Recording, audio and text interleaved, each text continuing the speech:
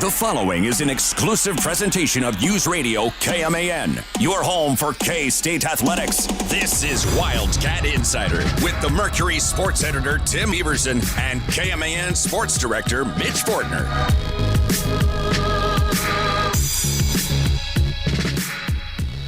Yo, West Virginia's governor is pissed that the Mountaineers did not get into the NCAA tournament. So a lot of people. But nobody's more upset than the governor of West Virginia. He's threatening legal action. Patrick Morrissey is his name. He's a Republican. And he had a whole press conference earlier today. It was earlier this afternoon. Had a press conference, once the NCAA under investigation because of a term, and it's not. Now, I agree. I think West Virginia certainly should have got in over North Carolina. They certainly had a better resume, even though some metrics said it should be North Carolina over West Virginia.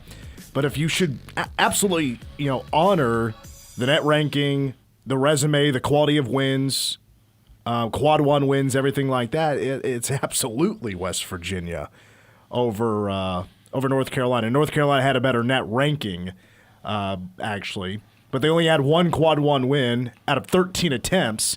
West Virginia was 6-10 in quad one victories. If you take a look at the bracket matrix, all 111 metrics or bracketologists or whatever, all 111 had West Virginia in the NCAA tournament. How many did North Carolina have, or how many had North Carolina in the tournament? 11.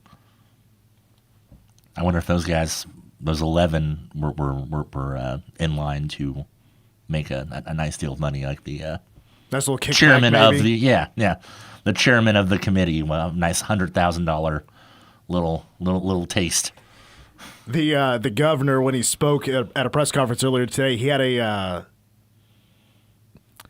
not a logo, but basically had a thing on his podium that said NCAA, but it had the words all spelled out and everything, what NCAA means, but instead of, for the C, it was corrupt. Oh, man.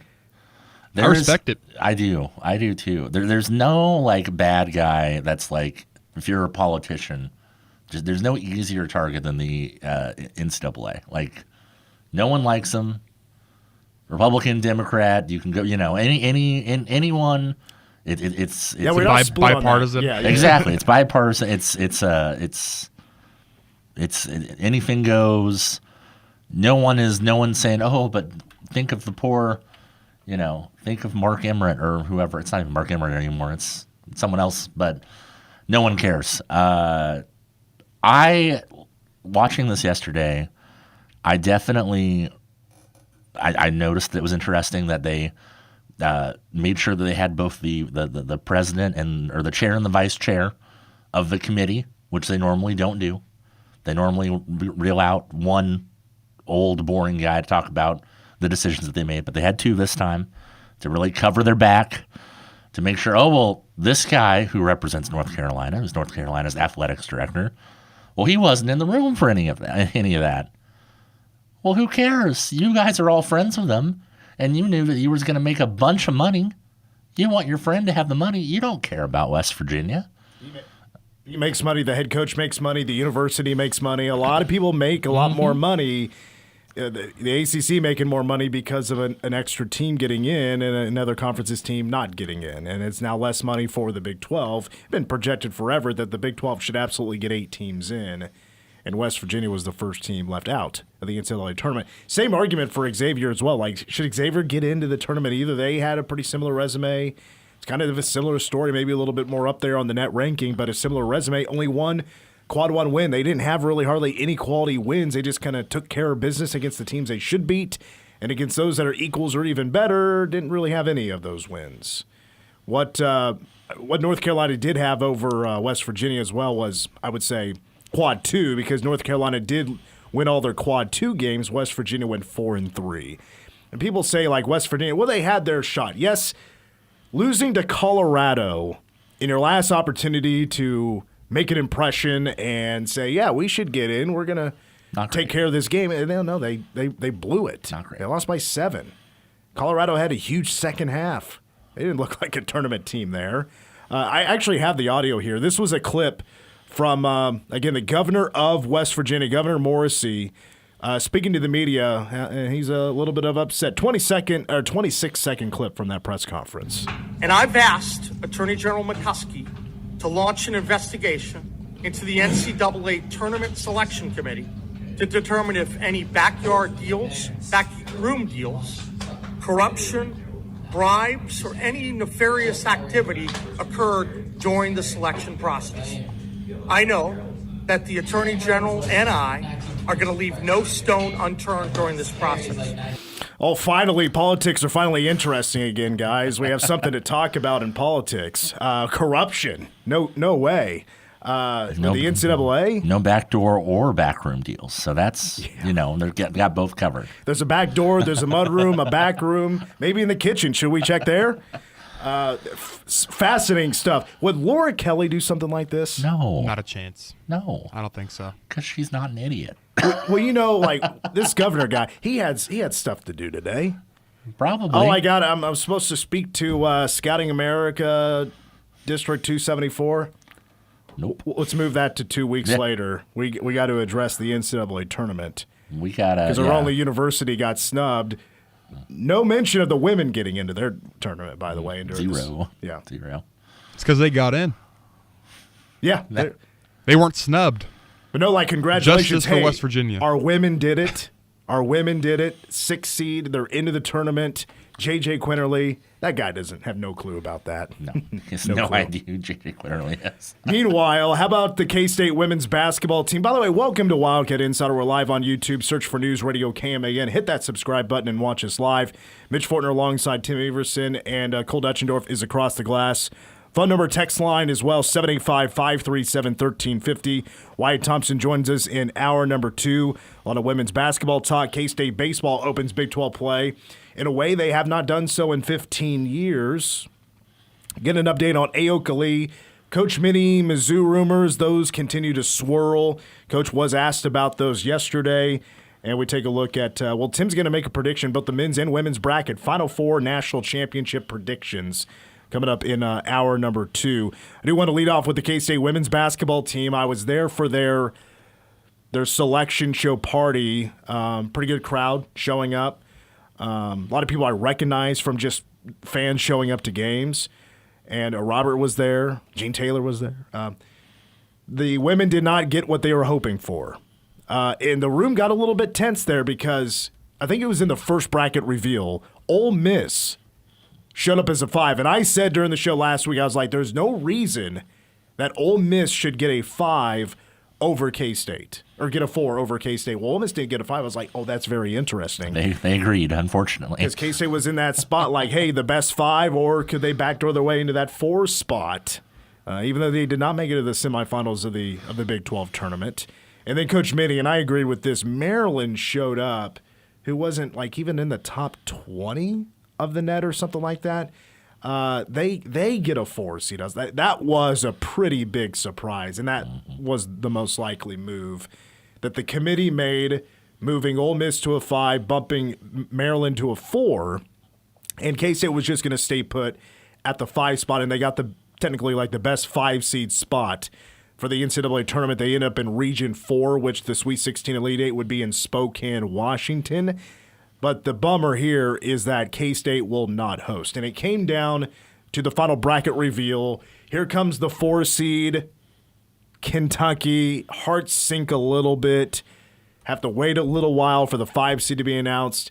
K-State, the fans stand up and applaud. The team stands up and applauds. I will say about the women's selection show, when they show the team celebration, it is way better than the men's.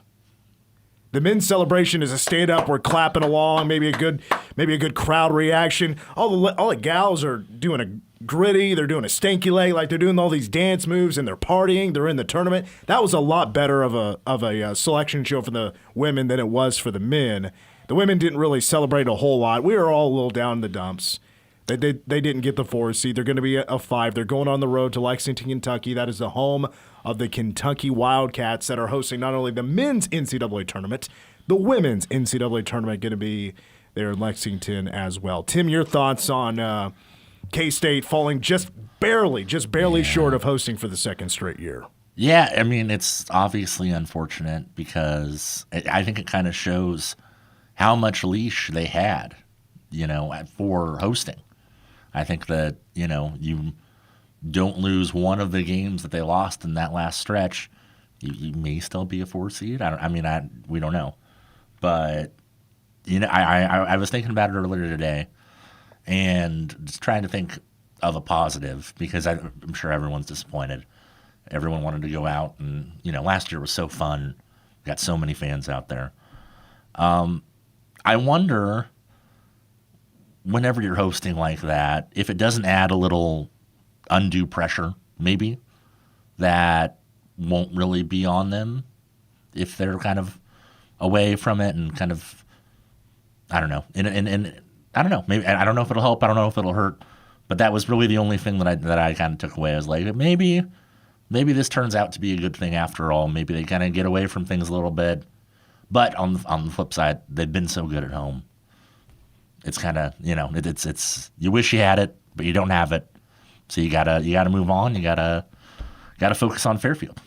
Let's hear from Jeff Mitty, Ayoka Lee, and Serena Sundell. Here's Coach Mitty first on being a little disappointed of not hosting. Part of my disappointment is just that it's just a fan of rewarding our fans and knowing that they want to be a part of this, and so special last year for them to be a part of it. It's not my disappointment in the sense that you want to be on this bubble every year. You want to be in there. Yeah, you'd love to be off the bubble, but to be off the bubble, you got to be a 2 or a 3, really, and we just weren't.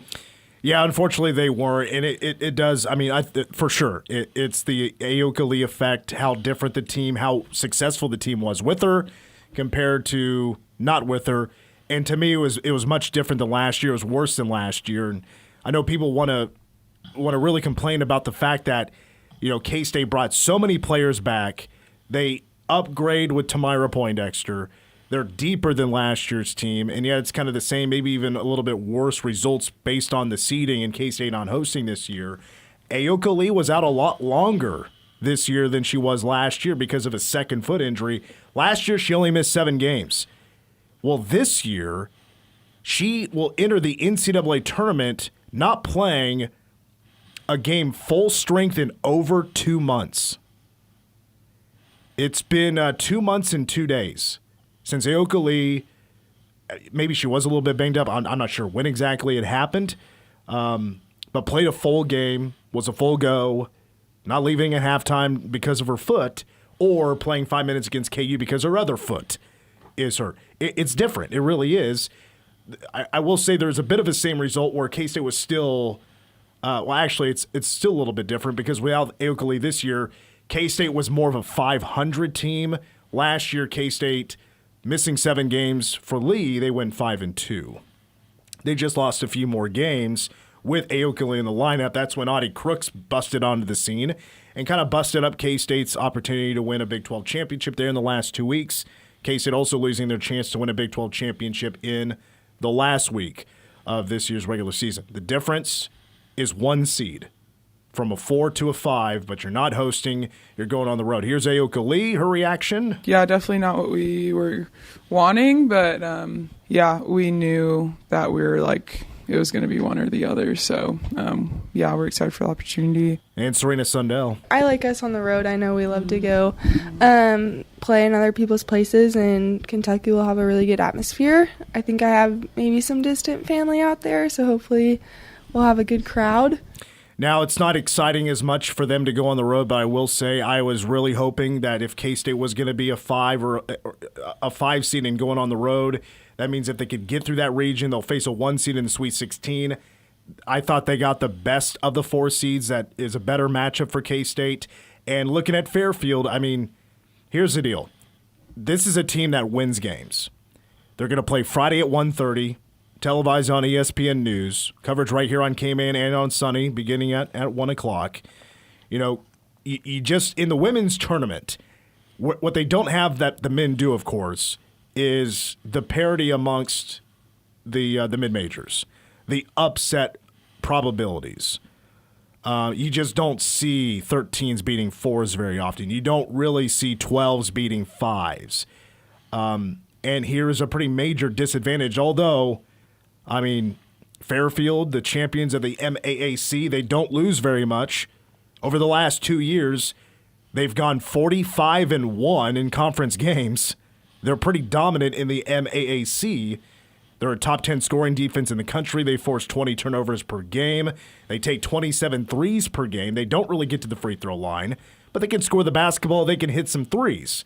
They have obviously earned their right of winning their conference and the conference tournament championship to be in this spot. They've been honored with not a lot of mid-majors get, and that's a 12 seed.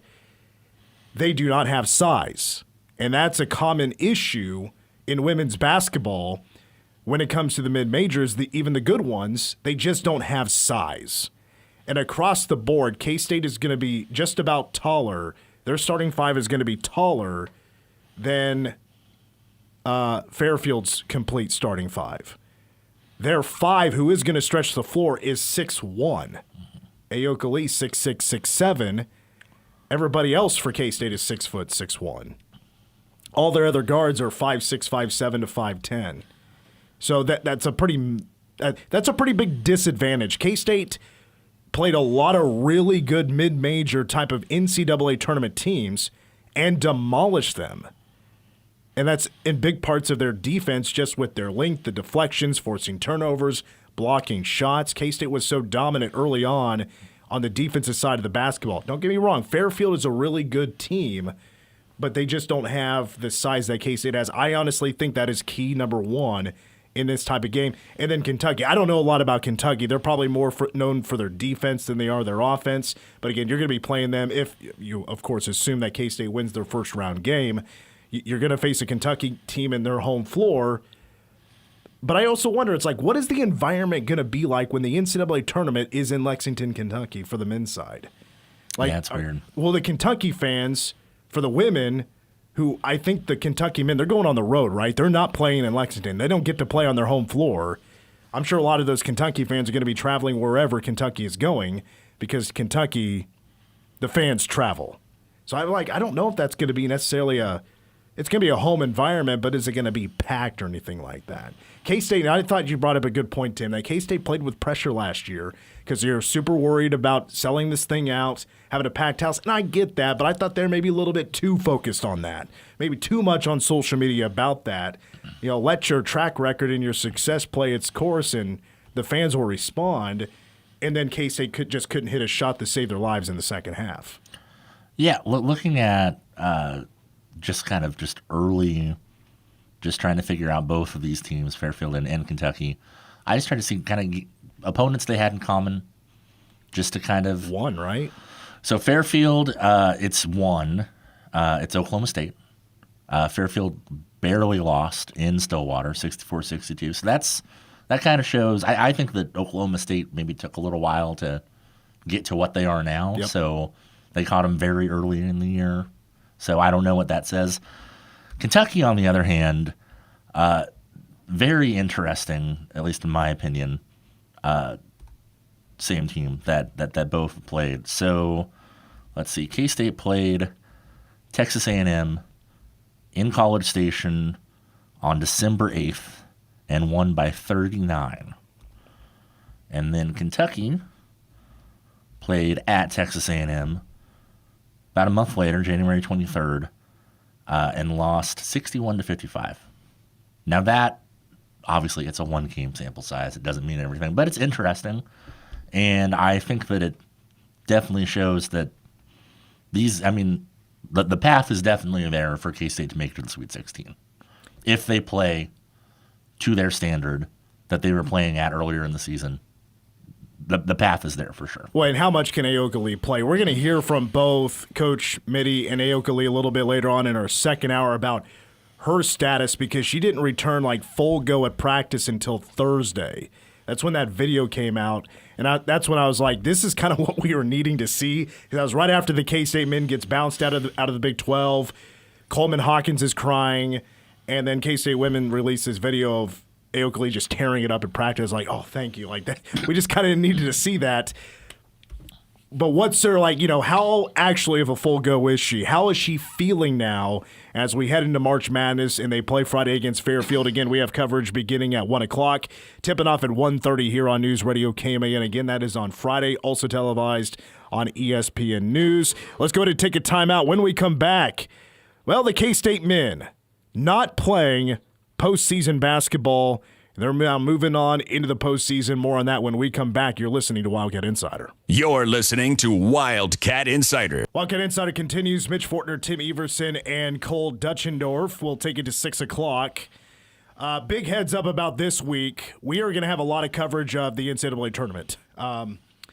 Tuesday, pregame coverage starts at 5:30 for the first four. Wednesday, we won't have coverage. We'll actually have K-State baseball at Tarleton State. They play Wednesday at 6, so we'll have pregame coverage at 5:30. So we're out at 5:30. All day Thursday, it's nothing but college basketball. We are not going to have a show Thursday or Friday. We're taking those 2 days off so you can enjoy the NCAA Tournament, so we can enjoy the NCAA Tournament. And Friday, of course, we'll have coverage of the K-State women at 1 o'clock in the first round against Fairfield from Lexington, Kentucky.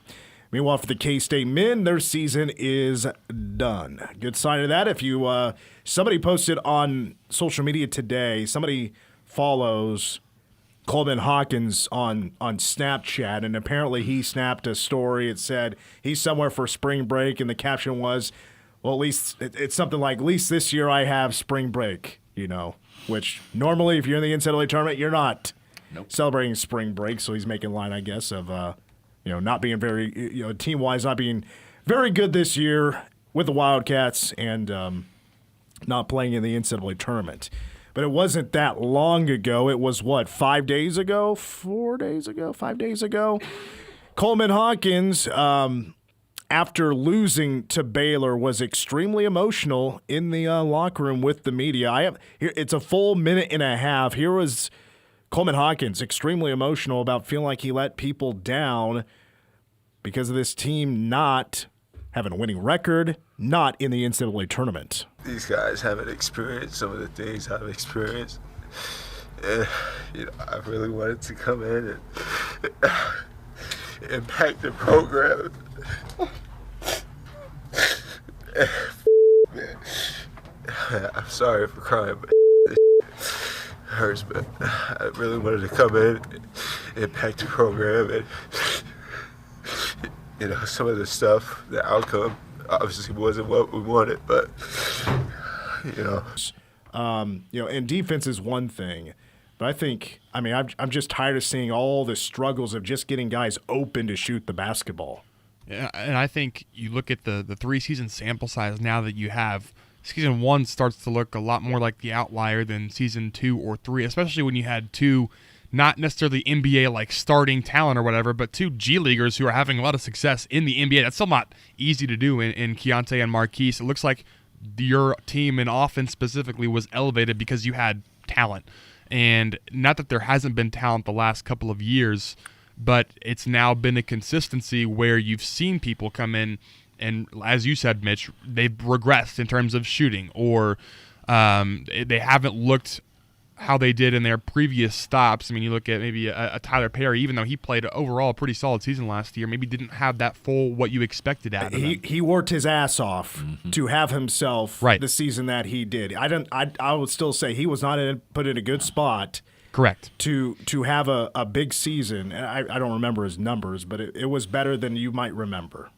But I'm saying, all things considered, you're still maybe not having those expectations that you had coming into those seasons, and I'm not putting that on a guy like TP or a guy like Kaluma or a guy like Coleman Hawkins, which, again, I think Coleman played fine this year.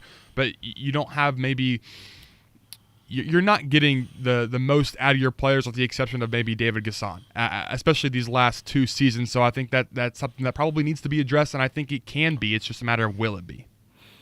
I go back to the three-point shooting to add on a disappointment that, my most exciting thing about this team was that they could shoot the three. Like, they bring in all these guys, a Max Jones, a Brendan Hazen, a Coleman Hawkins, a Doug McDaniel. I think there's one I'm forgetting. C.J. Jones, they all shot the three at their previous stop pretty well. And I know scenario's different, right? You bring in all these guys that should be able to shoot the basketball, though. You just expect a pretty decent clip. And last year's team that was the worst in the Big 12 at shooting a three, this year the percentage was only 0.8% better. That's not good. That's really bad. To me, that's really bad. That's not a good spot to be in. That doesn't really show a whole lot of improvement. Yet it felt like K-State really did a phenomenal job of finding guys that should be able to score the basketball, should be able to shoot jumpers, and it regressed greatly. I mean, there were certainly some times where, it felt like K-State was just unconscious, and then there were times they would go 1 of 17 or 1 of 18 and just be a disaster from three-point range. The consistency, the lack of consistency really killed this team, and also the non-conference play.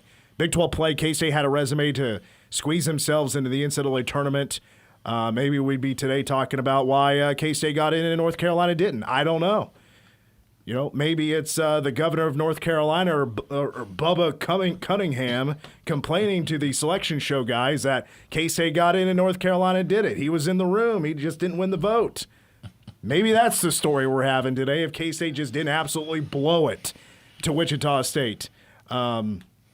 Other examples as well. Shout out to St. John's, who had themselves a phenomenal year. A 2 seed, and we might get Patino against Coach Cal or Bill Self. It's going to be an electric second-round coaching matchup, regardless of who comes out of those couple of games. The committee's not dumb. They do set you up with a few. Because there was, what was it? Was it like 10 years ago? The committee set up a possibility of KU playing Wichita State. And they end up meeting up in the round of 32. I think it was in Omaha. It was in Omaha or Des Moines or something like that, and Wichita State beat them. They didn't. Beat KU, and Sam Brownback was like, they put him on TV or put him on the Jumbotron, he got booed out of the gym. That was a pretty good time. Anything else you want to mention about the men moving forward or anything, Tim? Anything else? Because I don't think we got to all your disappointments or whatever. No, it's just, the whole thing is just kind of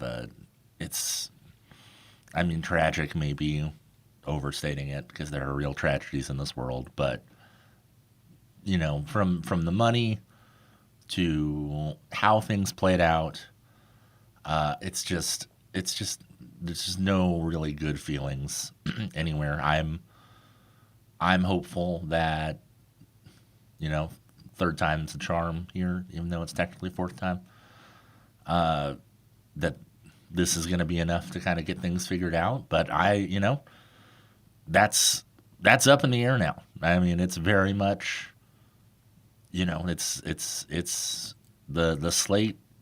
I don't want to say it's clean, but there's a lot of things to kind of figure out and a lot of things to tweak and move around, whether that be roster, whether that be coaching staff, whether that be playing style.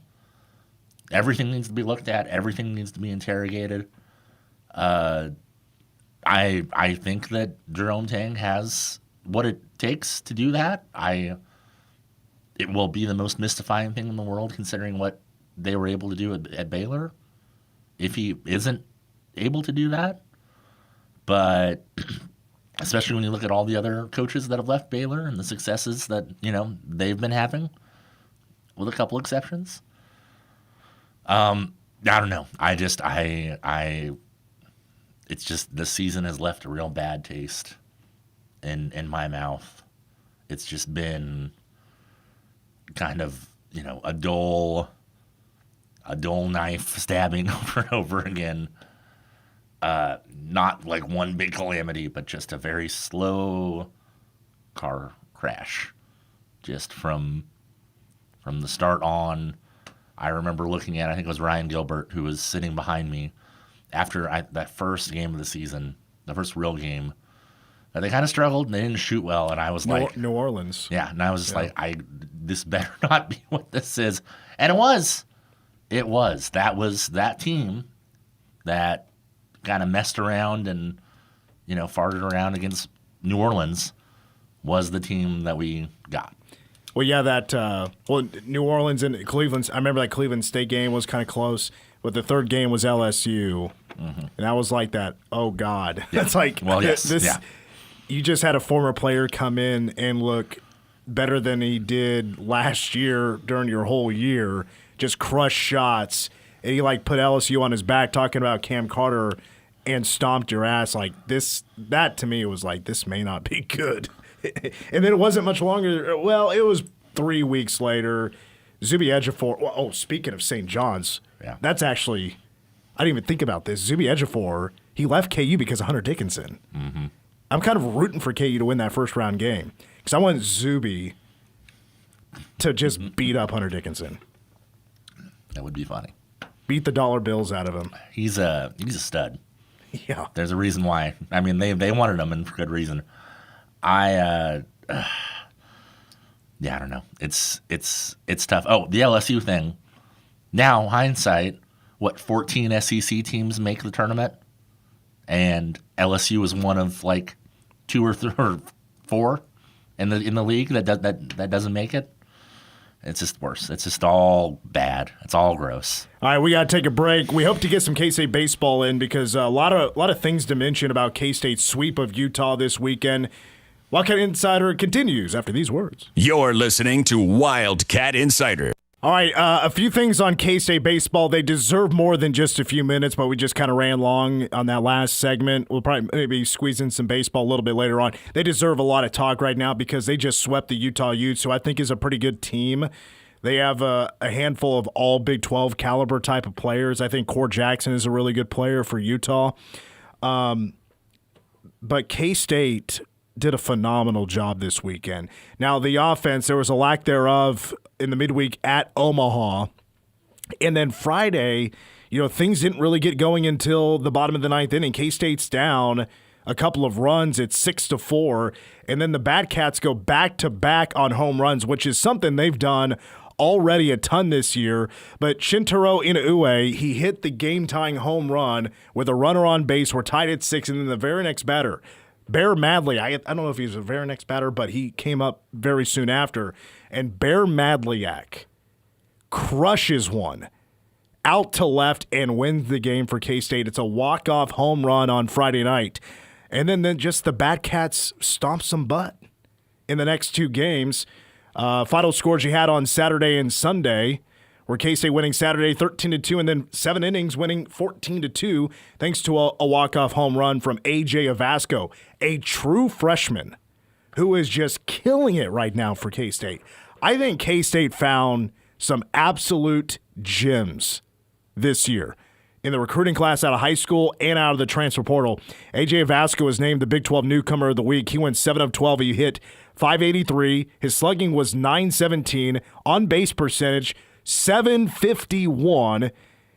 He walked 1 time, did not strike out, so he got on base 8 times, and he finished with a team high and a Big 12 high, 8 RBI. A.J. Avasco is an absolute stud. K-State went through this whole series, and, Maximus Martin, who we've been just bowing down to for 3 weeks now, batting average-wise, he was 7th best on the team this weekend, but he still hit a grand slam in Game 2. He still finishes with 6 RBI on the weekend, and then pitching-wise, starting pitching, I thought was pretty good. Now, Jacob Frost goes 5 1/3. He does give up 4 runs, but he strikes out 6. The way K-State's pitching is working right now, you would actually think it was flipped. You would think Sheffield is starting on Friday, Quevedo's Saturday, which that obviously wouldn't flip, and then Jacob Frost was on Sunday because Lincoln is eating up innings. This is a guy that should have been D1 power program as a freshman. Mississippi State breaks his heart, pulls his scholarship at the last second. That leaves him to go JUCO, and then it didn't take long. It takes a couple of years. He proves himself, and he lands at K-State. K-State, I tell you what, pitching has been very impressive. Like, you get through a Big 12 series and he only throws 7 guys. Like, that's a really low number. That's not a typical K-State weekend against a Big 12 team. Only 7 arms, and their combined ERA is .360. Fantastic. Another note about the arms. Feels like J.J. Slack has taken a step back and where he is in the air quote here depth chart. Adam Arthur came in and gave a really solid inning there in game number 1 to help win that game. And And Michael Quevedo, super talented guy. But K-State as a team, batting average was .360 this weekend, .650 slugging, .454 on base percentage. Vasco Lotus, Madliak, Kennedy had a great weekend. And Dante Lewis, very strong this weekend. Got a couple of hits, made a hell of a play in the outfield on Sunday. Good stuff from the Cats. They're in Texas this week. Hour 2 of Wildcat Insider is next. It is hour number 2 of Wildcat Insider. We're after work now. Mitch Fortner, Tim Everson, the sports editor from the Manhattan Mercury. You also know him from Power Cat Game Day. And Cole Dutchendorf is across the glass. And boys, none of us are wearing green today. Oh, does he? It's on the back. Oh, that's weak. I don't have any green clothes, and honestly, this was kind of by chance. So I'm wearing a little shamrock wristband just in case that wasn't enough. You know, I don't. I didn't even think about it. I never do. I think St. Patrick's Day is cool and all, but I will say, to paraphrase Dean Wade, green is not in my color wheel. So I don't wear green very often. Red is not in my color wheel. I'm a dark color guy. None of my teams wear red. I don't like red.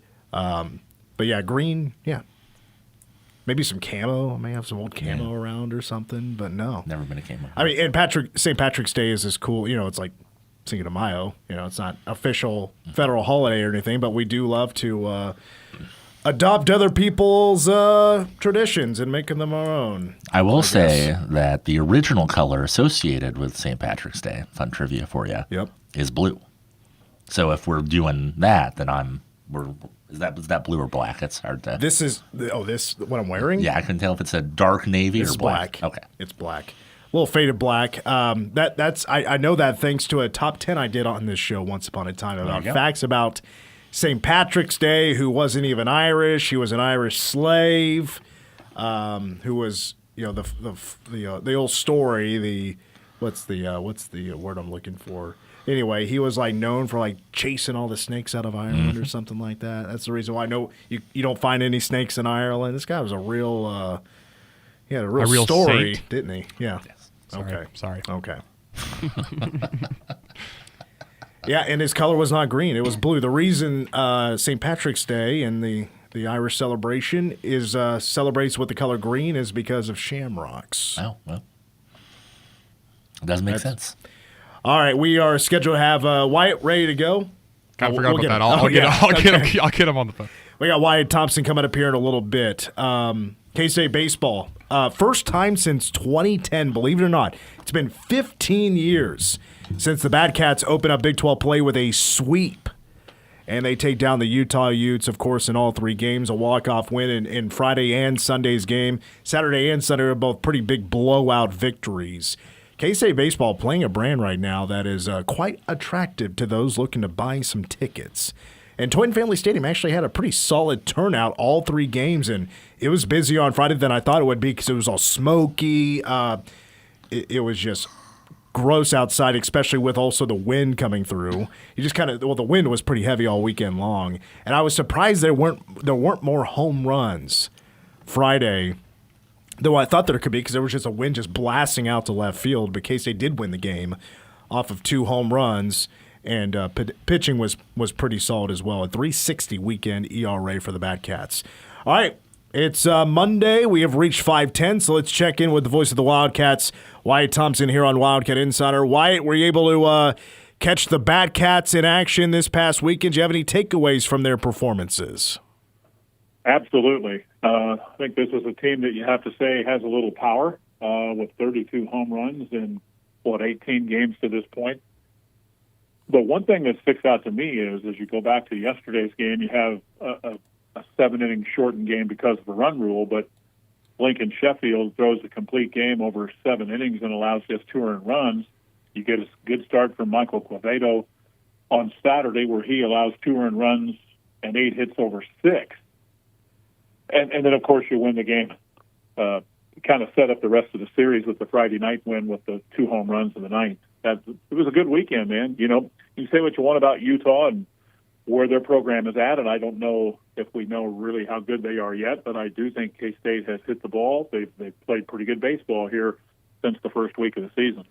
Is K-State proving, because, they only actually threw 7 arms this weekend, but there was plenty of guys that got opportunities with some at-bats. I don't know if necessarily they maybe showed this weekend, but do you feel like K-State has depth, especially if you want to talk about pitching, that K-State just seems like they have more arms than usual that they can go to? Well, I don't know that we know yet, but it certainly would appear that that's a possibility down the road. We know what you have in Blake Dean, right? He gave up a couple of runs in just over 2 1/3 innings with 6 hits on Friday night. But I think we're still learning some of the pieces in that pen. But what I do like is, it really looks like they have, in terms of some of the new pieces, some dudes that can really play. They hit, in a way, as a slick fielding second baseman, don't you think? Mm-hmm. D. Kennedy has done a really nice job. AJ had a terrific weekend, man. 12 RBIs, seriously? And that's pretty good. And I like O'Connor, I like Dardar, I like Maximus Martin. There's a lot to like. K-State will be in Texas this weekend. Right now, the record 12-7 and 3-0 in Big 12 play. They redeemed themselves after a tough midweek at Creighton, at Omaha, and the Cats responded with a sweep over Utah, and then Tarleton State on Wednesday. And then, Wyatt, have you ever called a game down in Waco for baseball? That's typically a place that's pretty tough for K-State to go in. It is. I have not. The short answer is no. Always wanted to. I think Baylor Ballpark is one of the neat parks in the Big 12 and in their part of the country. I'm assuming you would agree with that. It really is a very nice park. When I first came to K-State, they were a really good program in the league, and I think in the last few years, Mitch Thompson has kind of tried to get that thing back. He's been. I knew him. I'll tell you how long ago it's been since I knew him. I remember him in his days in Goodland. That's a long time ago. So I think they did get one game in Lawrence yesterday. But traditionally, you're right. It has become. It is a very difficult place for K-State over the course of many years, and let's hope they can change that this weekend. Well, meanwhile, K-State basketball on the men's side, they wrap up their season. You were there in Kansas City, of course. With K-State tying for 9th in the Big 12, they finish as the 10 seed, and they go 16-17 and go 1-1 in Kansas City. I don't know, your thoughts on this season for K-State. Just being kind of, broad about the question here, but 16-17, we were talking earlier about the surprises, the disappointments. I guess when you look back at this season and what it turned out to be, what stood out to you? It's a really good question because I think what everybody would say, including Coach Tang, this was one where K-State won some games that you went, wow, that's impressive. Whether it be in Ames against Iowa State, Kansas at home, Arizona, those types of games. But also, I think with this season has come, losses that you do kind of scratch your head over. We all know they did not have a good non-conference season, and they were really pretty wildly up and down. I've just said it's been a roller coaster ride through the conference because they won the opener, and everybody knows this. Then lost 6 in a row, and then won 6 in a row, and then lost 4 in a row. It's just wild. I think it was a good group of kids for the most part, and I don't think this was a group, as an example, that the coaches fought to try to get stuff done. I just think they were inconsistent enough, and at times they were pretty good. During that 6-game winning streak, I think that would be the highlight of the season for me. But I think the tournament told us everything. Back-to-back games where you shoot 50% one night, and the next night you're not really much of a part of the game. That happened a lot this year. When it comes to expectations, did Coleman, Hawkins, in any way, either from what you're expecting to do when it comes to staffing the box score to points or just who he was as a person or a leader. Did he check any boxes for you when it comes to expectation? I'd be lying if I didn't say there were a few boxes that he checked. I going in, I was really excited to see him come to K-State. He'd been part of a really good program at Illinois, so you would assume that he had been in a winning culture, and I think that was true. He averaged about 10.5 points during the regular season and just over 11 overall in conference play. About 7 rebounds, 4.5 assists. Those are pretty good numbers.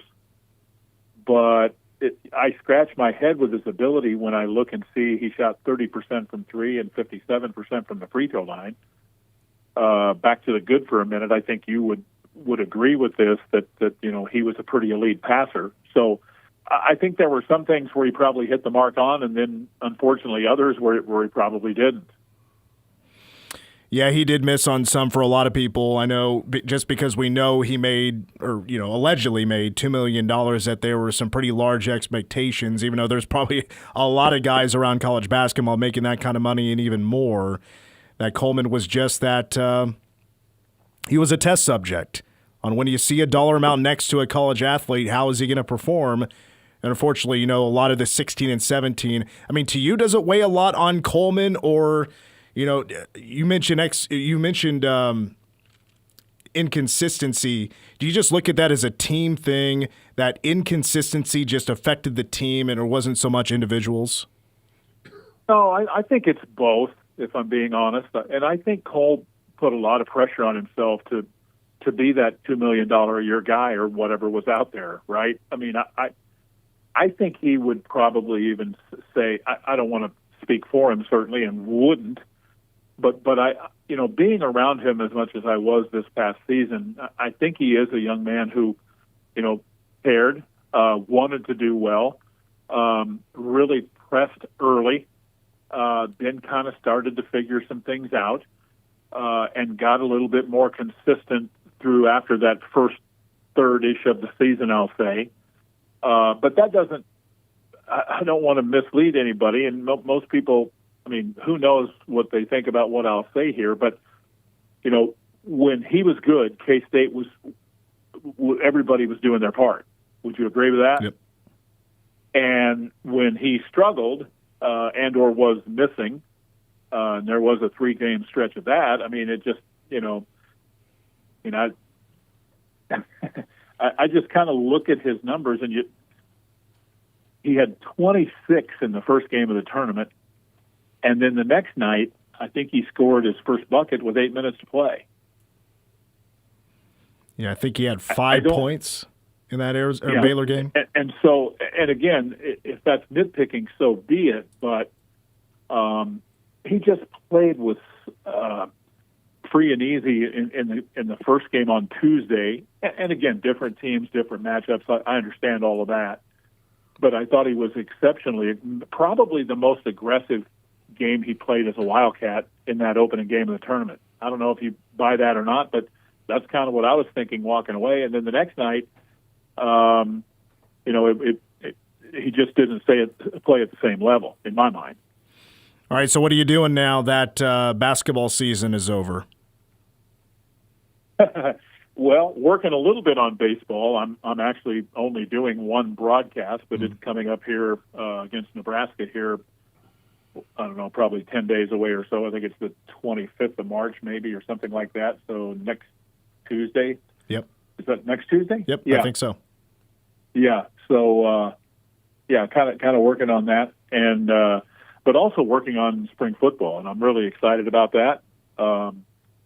Been looking at some of the new personnel with K-State, but also with the other teams in the league, and I enjoy that part of the job now because I'm afforded the time to do that, and you can put in a lot of preseason work. It changes some, right? But I'm anxious to see, some of these new receivers and a couple of the 2 or 3 offensive linemen for K-State, but also Gabe Powers and Gunnar Maldonado and some of those defensive guys. And it's been fun studying up a little bit on them. Yeah, and Lincoln Cure, Or I guess he won't be here this. He could work, right? Yeah, I don't think he won't be here this spring though. I don't believe. I think he's finishing up his. He'll come on the 1st of June. Yeah, that's what I thought. So, okay. Yeah. Well, Wyatt, I'll let you go on that. We'll certainly get to spring football a little bit later on. We'll dig into that, but looking forward to hearing your call of. Are you doing the TV call for the Nebraska game? Actually, I'm doing radio. They're okay. letting the good announcer Matt Walters slide over to work with Moeller. Okay. That's what I'm going to tell him anyway.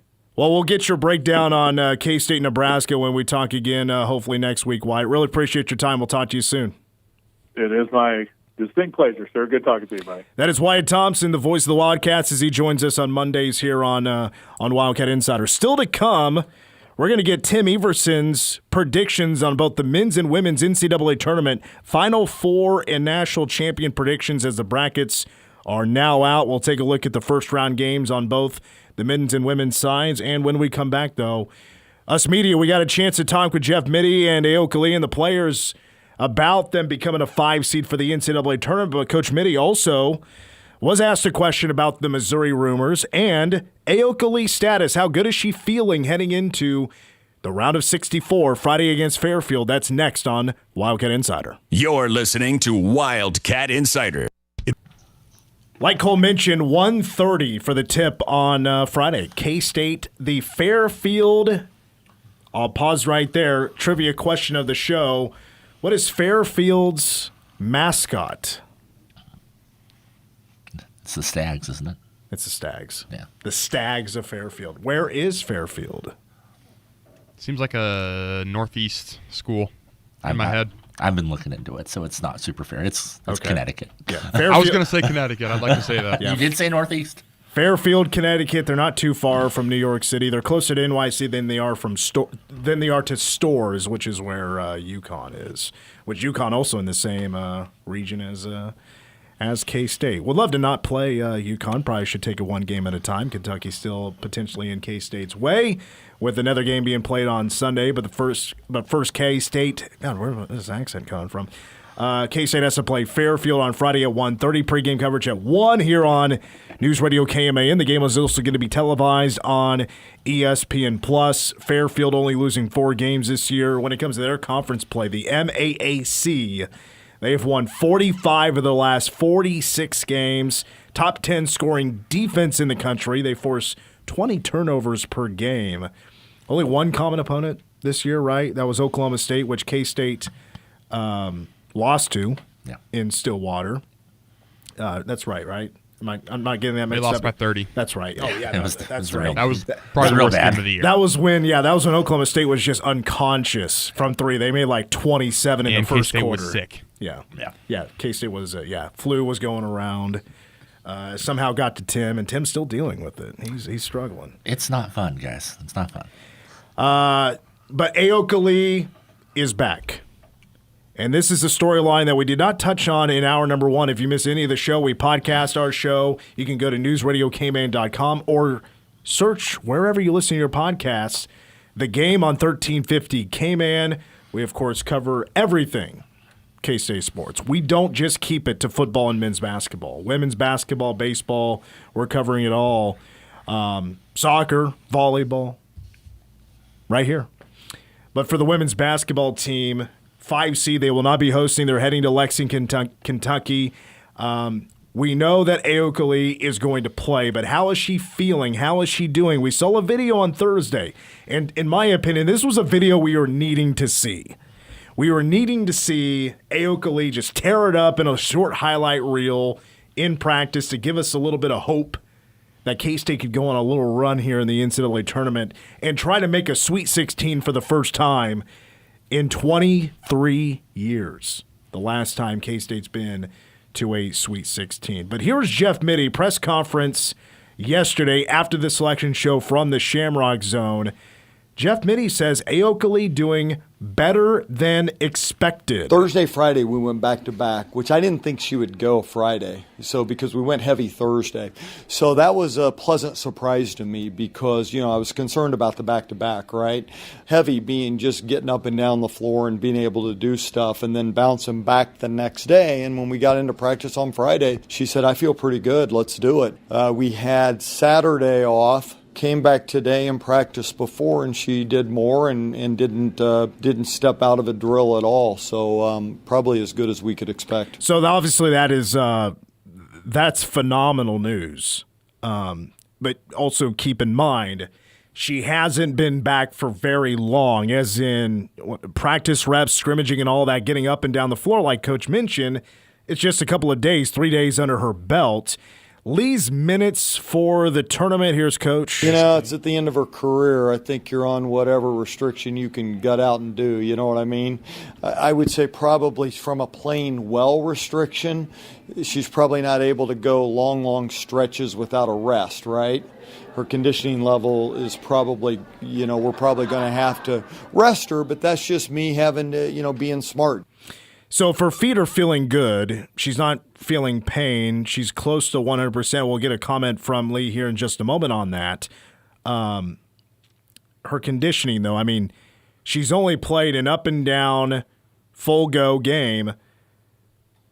I didn't even want to really call it that because it was against KU, and it was back on the 22nd of February, so that is almost a month ago. Played 5 minutes, scored 6 points, grabbed a couple of rebounds, and she goes limping to the locker room, and we don't see her come back into a uniform. Actually, that was the Arizona State game, but she didn't play the second half against KU, and we find out again now her other foot's all messed up. But her last full-go game was January 19th. In 2 days, that'll be 2 months ago. Imagine being a student athlete, a basketball player, and you don't play, hardly any basketball for 2 months.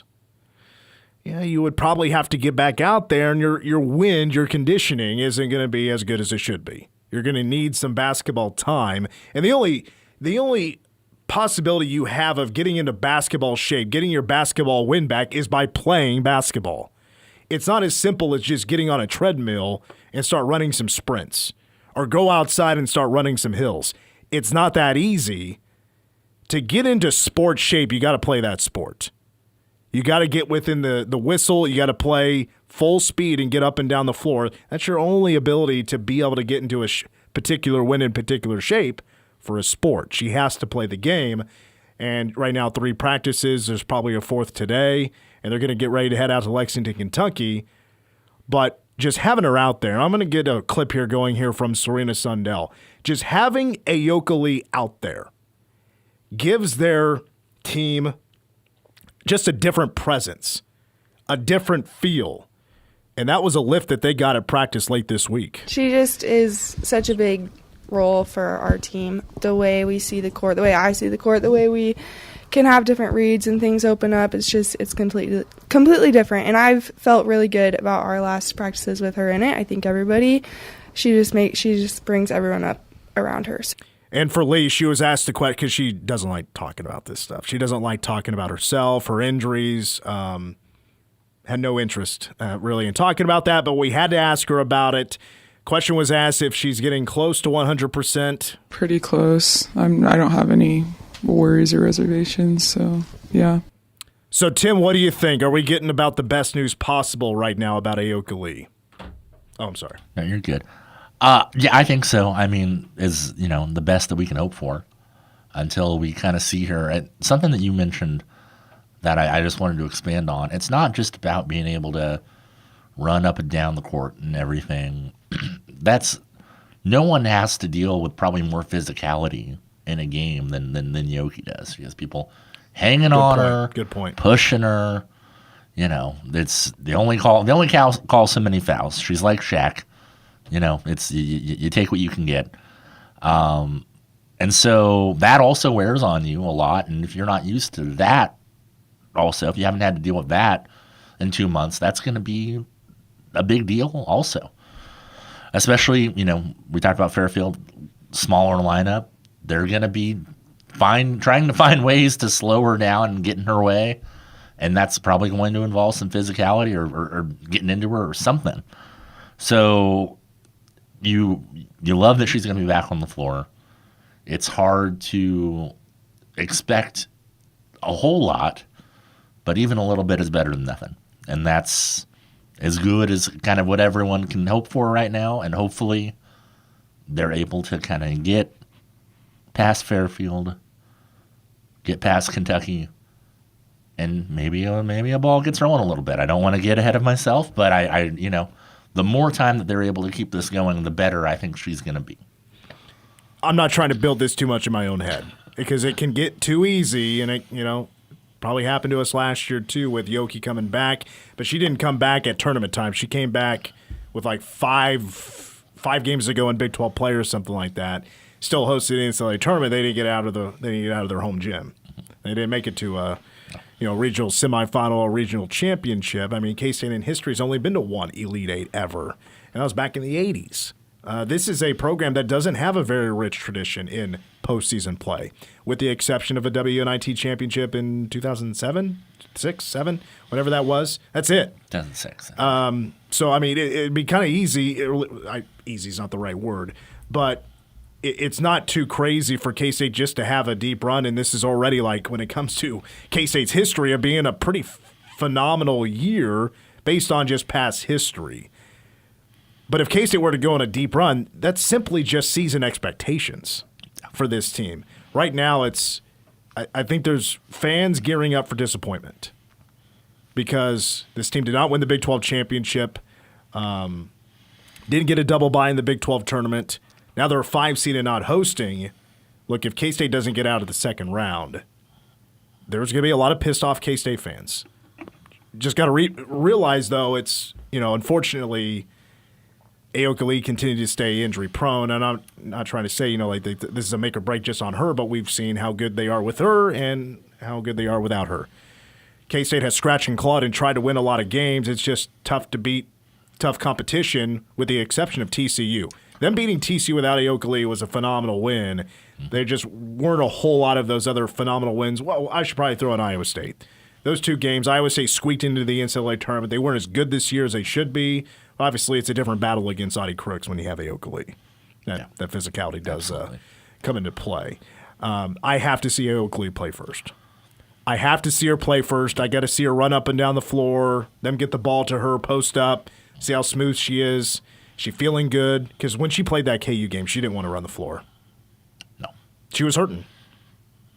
Probably shouldn't have been out there. But they had the timetable. They had her projected to come back. They weren't even sure when this second injury happened, and she got out there and she wasn't feeling too good. Now, the injury didn't happen in the game. It just happened at some other time, and she tried to give it a go, and she just couldn't do it. Played 5 minutes, and that was it. So I got to see it to believe it. You know what I mean? And I think that's fair.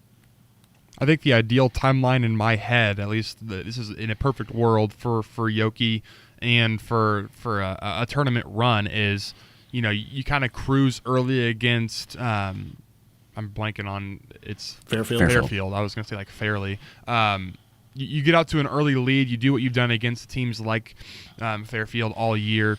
Yoki gets 15 to 18 minutes, somewhere in that range, where she's looking more comfortable on the court.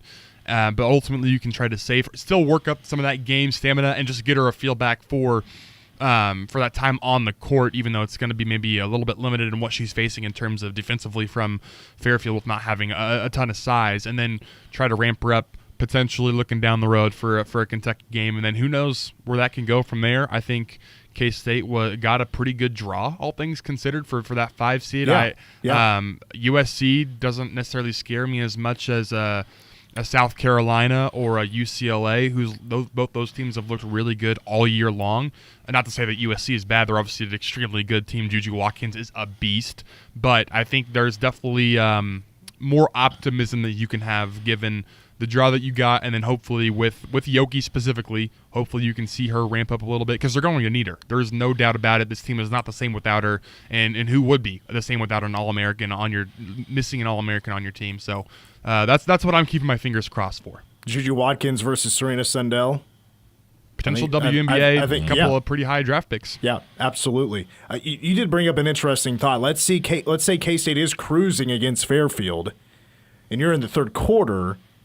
You have an opportunity to either put Ayoka Lee on the bench or, because she hasn't played much lately, need to get her conditioning up. Do you keep her out there and keep her running the floor, but as like a normal minute output? Like nothing, you wouldn't stretch it too far, but if you're looking to get her to a certain amount of minutes, do you continue to play her, even though it is a blowout? And my thought process is don't push it, but definitely you need to get this game time back under your belt and get yourself comfortable on the floor. Well, I might be a selfish fan here by saying this, but I say push it a little bit.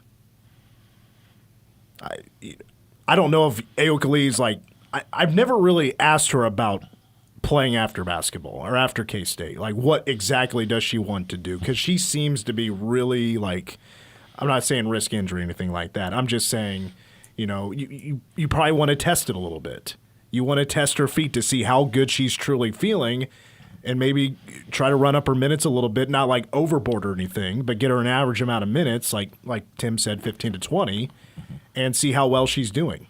Because obviously if you're taking care of business against Fairfield, you need to probably ramp it up against Kentucky. You're going to need her out there for some more minutes. You're looking to win some ball games, and like Coach Mitty said at one of the beginning of those clips, she's at the end of her career. You're going to just have to get out of her what you can and try to survive in advance. So, I mean, minutes, yeah, super crucial, I think, this weekend for K-State. And Ayoka Lee, which unfortunately I hate to say it, she will not ever play a basketball game in Bramlage Coliseum again. Neither will Serena Sundell, Jalen Glenn, Tamir Poindexter, Kennedy Taylor, Gisela Sanchez. Is there one I'm forgetting? No, that's awful. Let's take a break. When we come back, Tim, since he's only with us on Mondays, gives us his prediction, the Final Fours of the men's and women's NCAA tournaments, and who wins the national championship. Those predictions next. Wildcat Insider. You're listening to Wildcat Insider. All right, Tim Everson's going to predict the NCAA tournament's Final Fours for both the men and women and a national championship pick. As we're back on Wildcat Insider, Mitch, Tim, and Cole. Tim, let's start with the women's bracket. Of course, if you're a top four seed, you host the first and second round, and there's only two regional destinations, Birmingham, Alabama, and Spokane, Washington. Of course, when I think about my next vacation, I'm thinking about either Spokane, Washington, or Birmingham, Alabama, and then the Final Four in Tampa. All right, who do you have as your Final Four teams for the women's bracket? I will say quickly as a disclaimer, normally I like to wait until the first four happen before I finalize my brackets. Not that that's probably going to make that much of a difference, but not on the women's side. No. Okay, so coming out of the first regional, because they're not labeled by direction, give me number 2 seed NC State. Okay. Knocking off UCLA. Regional number 2, I will take South Carolina, the defending national champs, to beat J.J. Quinterly in West Virginia. How about that? Yeah, West Virginia. yeah. I do like their route because I do think the thing is West Virginia just isn't typically what they are at home when they're on the road. Or they're very good defensively at home. Things are not as crazy when they're on the road, although they did kind of get after K-State there a little bit in Kansas City. Regional 3, I will take the Texas Longhorns. I'll take the second best SEC team to go play the first best SEC team, and I have them beating Iowa State. I think Iowa State goes on a bit of a run. Wow. Bit of a run. That is a hot take. I don't care for TCU. I don't care for Notre Dame. Give me the Cyclones. Be interesting if we do get a round of 32 match between Iowa State and Notre Dame. Yeah. I think Notre Dame is slightly do have some solid players, don't get me wrong. I do think they got a great point guard. I think they're a little overrated, but how would they match up against Audie Crooks? And it's a mystery that you have to experience. And then finally, Regional 4, I led with my heart here. I have UConn winning the region. Okay. But I have them beating K-State, knocking off Juju Watkins in the previous round. I don't care about the Big Ten and the women's basketball. I don't think they're that good. Well, if you're setting up to have our hearts shattered in another Elite Eight, I suppose I'll take it. All right, so you have NC State, you have South Carolina, Texas, and UConn. You got Yes. 2 2s and 2 1s. Who wins the Natty? So I have UConn beating NC State, and I have South Carolina beating UConn for a very blue blood national title game, and then I have South Carolina winning their second straight. Well, for the men's, I'm sure it's not going to be that kind of chalk. It could be. Not exactly. Like not I saw exactly. on the what was it, ESPN's bracketology broadcast. Like everybody's like, was it Jay Billis and like there were like 3 of the 4. They said all 8 of their Elite 8 teams are 1s and 2s. I'm like, that's boring. Yeah. Nobody wants to see that anyway. So all right, who do you have as your men's Final Four teams? All right. Coming out of the South, I have number 1 seed Auburn knocking off Michigan State. In the East, I had a little fun with this one. Number 4 seed Arizona beating Alabama. Yeah. That could be that. I think the East region is the one that could get pretty little chaotic because not spicy. only could it be that way, there's a lot of people calling for kind of some big upsets there. In the Midwest, I have Houston beating Tennessee. And then So 2 Big 12 teams in the 2 Final Big 12 Four. teams. SEC who is what I'm hearing, And then the West, St. John's over the 2-time defending national champions UConn. So Final Four is Auburn, St. John's, Arizona, and Houston. All right, finish it off for us. Arizona-Houston rematch. Still goes Houston's way. Houston moves on. And then Auburn-St. John's. The old man, the crafty, slick Rick himself. Against Tommy Lloyd. Rick Or, Pitino. or against, damn it. Oh, why can't I think of his name? Now my No. We're all blanking. That was Bruce almost football. Pearl. Bruce Pearl. Good Lord. Jesus. Okay. I was thinking Arizona, but not. Houston, St. John's, national championship in San Antonio. Texas time. It's got to be Houston. I hope they do win it. I hope so too. They're fun. If it's not Houston, I'm actually rooting for Texas Tech. I'd like Tech to go. I wanted Tech to do good things as well. Tommy Lloyd's kind of a weirdo. He's one of the more entertaining ones, but he is a baby. Yeah. He's just a whiner. Well, look who's his mentor. Oh, so is Bobby Hurley. Yeah. Mark Few is the biggest baby in college basketball. All right, let's take a timeout. Our final break of Wildcat Insider. We take a look at round 1 games for the Big 12 teams in order. Next. You're listening to Wildcat Insider. All right, we are back. Final segment of Wildcat Insider. We'll start with the women's side as they will have the Big 12 playing in the first game of the first 4. Iowa State, Princeton, Wednesday, 6 o'clock, ESPNU from South Bend, Indiana. And then we get into the round of 64. K-State will be the second Big 12 team playing. The first will be Indiana and Utah. Utah taking on Indiana at 12:30 on Friday on ESPN2 from Columbia, South Carolina. K-State is a 15.5-point favorite against Fairfield at 1:30 from Lexington, Kentucky. TCU will play at 2:30 on Friday against Fairleigh Dickinson in their first round of 2:15 matchup. And they're, of course, hosting in Fort Worth. Baylor is also hosting against Grand Canyon in a 4:13 on Friday, and they will tip off at 2:30. So a lot of Big 12 teams are going to be playing at the same time. Like the men, the Big 12 also got 7 teams in on the women's side. West Virginia awaits the winner of a first 4 game. That'll be at 1 o'clock on Saturday from Chapel Hill, North Carolina, and Oklahoma State, South Dakota State. From Storrs, Connecticut, 2:30.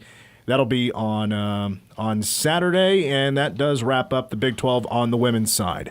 On the men's side, it opens up in Wichita, Houston, and SIUE Edwardsville, 1:16 at 1 o'clock on Thursday. That'll be on TBS.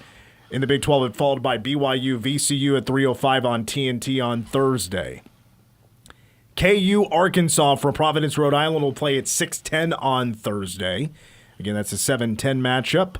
And the last game for the Big 12 on Thursday is also in Wichita. Texas Tech, UNC Wilmington, 9:10 on True TV. Texas Tech got a 3 seed.